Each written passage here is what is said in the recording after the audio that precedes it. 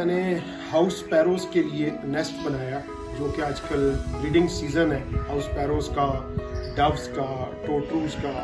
तो ये मैं बना के अपने बच्चों को भी दिखा रहा हूँ, इनको भी समझा रहा हूँ कैसे बच्चों इनको बर्ड्स को कैसे प्रोटेक्ट करना है और कैसे इनके नेस्ट बनाना है।